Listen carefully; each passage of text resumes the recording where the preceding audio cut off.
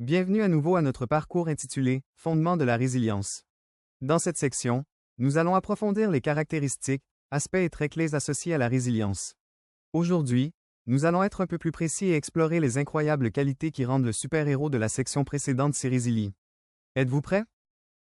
La résilience est comme une mosaïque, composée de diverses caractéristiques qui nous permettent de relever les défis de la vie. Une caractéristique essentielle est l'adaptabilité, c'est-à-dire la capacité à s'ajuster et à tirer des leçons des expériences vécues. Une autre est la persévérance, c'est-à-dire la détermination à continuer même lorsque les choses sont difficiles. N'oublions pas l'optimisme, qui consiste à voir le côté positif dans les situations difficiles. Mais soyons réalistes. La résilience n'est pas un super-pouvoir réservé à quelques privilégiés. Elle est en chacun de nous.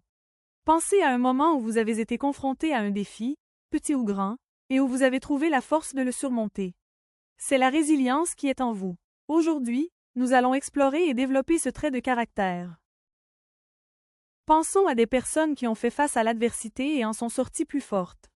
Prenons l'exemple de Malala Yousafzai, qui, après avoir survécu à une attaque qui mettait sa vie en danger, est devenue une activiste pour les droits des femmes, de l'éducation. Sa résilience a transformé un combat personnel en un mouvement mondial, et son histoire nous rappelle que la résilience n'est pas seulement un concept, c'est une force vivante, qui existe en chacun de nous. Elle nous rappelle également que la résilience ne consiste pas à éviter les difficultés, mais plutôt à les transformer en opportunités de développement. Enfin, voici un point important. La résilience n'est pas quelque chose que l'on a ou que l'on n'a pas. C'est une compétence qui peut être développée et renforcée au fil du temps.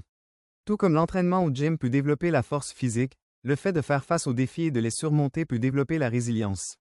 Il s'agit d'un processus graduel qui implique l'apprentissage, l'adaptation et la croissance. C'est pourquoi nous devrions essayer de considérer la résilience comme un voyage, et non comme une destination.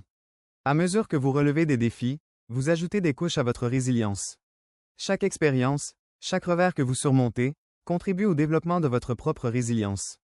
Les défis ne doivent donc pas être considérés comme des obstacles, mais comme des tremplins sur le chemin qui vous mènera à une version plus résiliente de vous-même.